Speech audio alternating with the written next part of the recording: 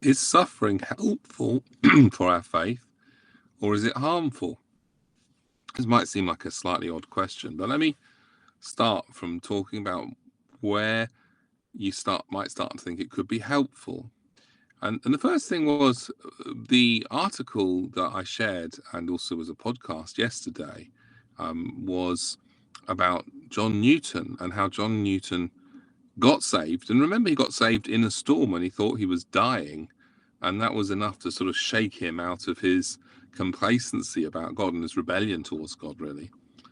But then he backslid. And it really struck me as quite interesting as I thought about this, that as he backslid, it was a fever that in those days could have easily led to death that actually again arrested him and woke him up and, if you like, saved him all over again. I mean, I know our theology doesn't allow for that, but you get the point. He needed rescuing. And it's a funny thing, because when you think back to the difference between his time, John Newton, and ours, one of the huge differences is about the amount of suffering that they experience. And a big part of this was the constant risk of death. In fact, John Newton talked about being on a ship. And funnily enough, I was just wandering around Ipswich docks and looking at some of the old sort of sailing boat type ships they've got there. And maybe they're smaller than the ships that Newton went on, but looking at them, you sort of think, I would not like to go to sea halfway around the world in a ship like that. And it would be risky, and there is danger, and you understand a little bit more when you see those ships why, a storm could be very easily the end of your life. And of course, there wasn't antibiotics. There was all sorts of other problems, very little in the way of vaccination. And as a result of all of that, death was not uncommon. So when Newton pulled into a port and there were no letters from his wife, who he'd left safe back home in England, he assumed immediately that there were no letters there, that the letters hadn't been shipped correctly, that she must be dead. Because if she wasn't dead, he'd have got her letters. As it was, the letters had actually gone somewhere else by mistake. But he explains that it was that suffering, if you like, or that fear of suffering that arrested him. And he also said that he believed that although there was obviously some lack in being on board a ship, that meant that he didn't have good Christian fellowship, he couldn't go and attend good sermons, etc., the beauty of the sea and the sky, coupled with the almost daily risk to your life and the need to pray and receive answers to prayer on a daily basis, which is interesting because before he was saved, of course, he didn't do that. He just kind of, I suppose he was just like a lot of people, full of bravado, perhaps. But as a new convert, he found being on board a ship was actually quite good for his faith. And it's really funny when you think about that. Spurgeon was another one who spoke often from the pulpit about the fact that he said, look, you might not all come back next week. This could be the last Sunday you hear me preach, because some of you will die of cholera or whatever the latest illness was in Victorian England at the time. And so even as recently as Victorian England, there was real risk of death on a basic day-to-day basis. I think we in the West are often insulated from suffering. Now, we see it bombarding us on the TV screen, but we become immune to it, and we tend to think of the suffering that we see on the TV screen as happening somewhere else. We're fortunate that bombs are not raining down on us. We're fortunate that we are relatively secure. And sometimes people get to my age and they've not really experienced much. Now, we'll normally have some moans and some complaints and some bad things have happened. Maybe we didn't get a job we wanted and all of this kind of stuff. But it's often actually when someone's parents die, and I'm still old enough, I'm still young enough that my parents are both alive. And I know that's going to be quite a challenge for me when they do pass away. But for me, being sick was a challenge.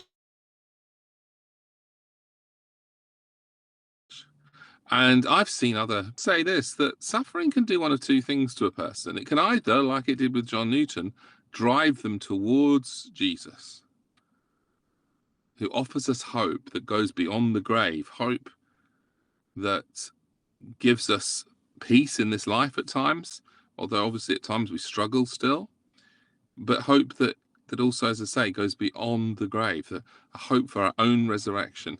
And so suffering can drive you towards God, but it can also drive you away from God. And sometimes when you're suffering, God feels distant. But I guess I think it was C.S. Lewis who said he whispers to us. God whispers to us, but he shouts to us in our pains. And I guess that's true.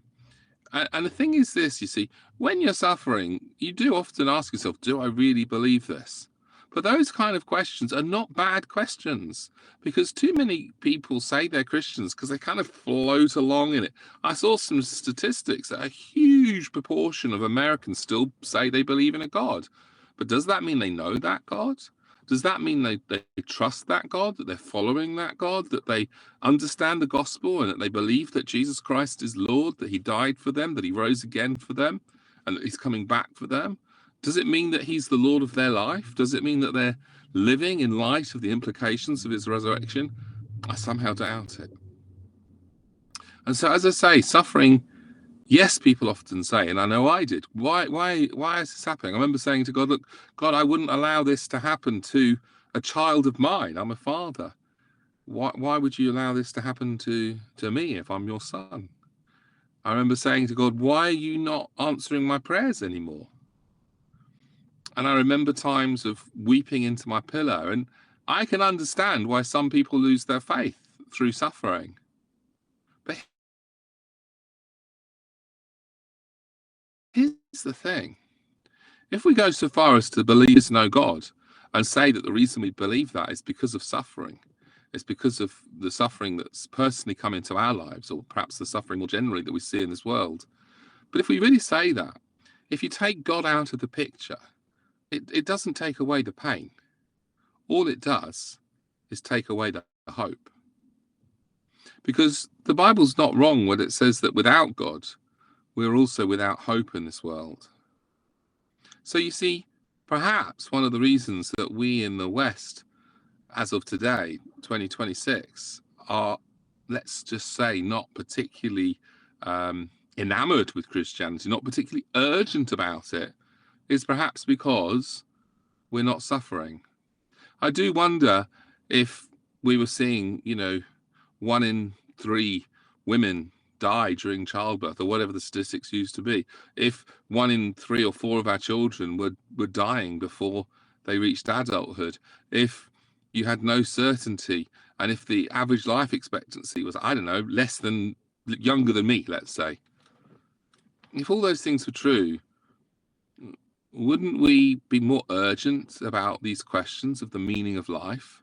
Wouldn't we be exploring them? Wouldn't we be saying it really matters to us? We need an explanation that helps us to live with this awful world. Now, the thing is, we still live in an awful world, but the threats that we experience today, day to day at least, are not usually threats of life or death. They're threats of email. And that still has its problems, and it still rounds us up. But I think we like to anesthetize ourselves. We like to pretend that we're going to float through life without any suffering, without any trouble, without any difficulty. And we don't like to admit that we know that this life doesn't go on forever.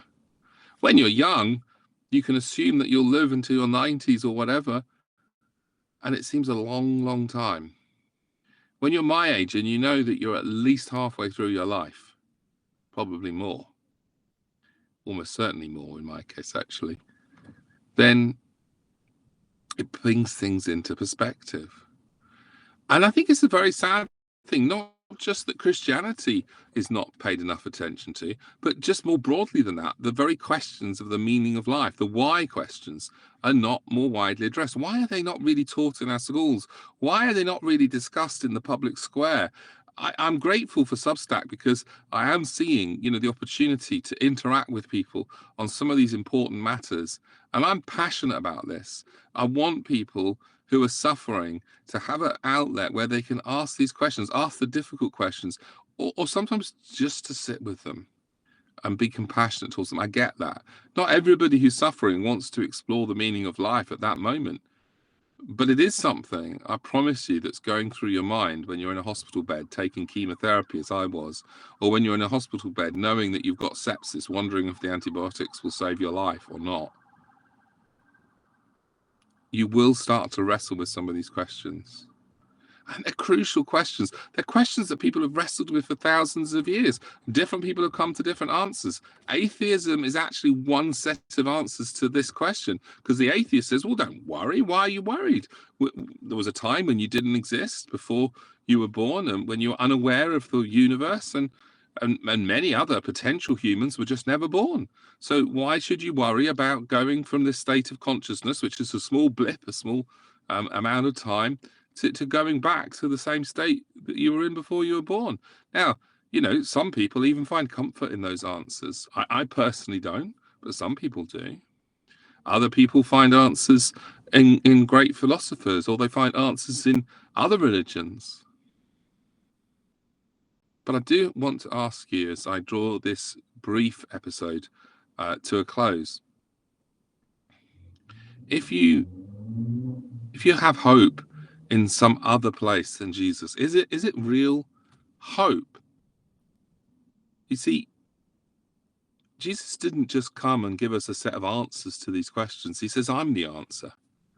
He didn't just come and give us a set of rules and to show people the way to heaven. He said, I'm the way to heaven. He didn't just come and give us a set of beautiful doctrines that can be studied and admired. He said, I am the truth. And he didn't just come to sort of send us to sleep in a classroom as we study him. He said, I am the life.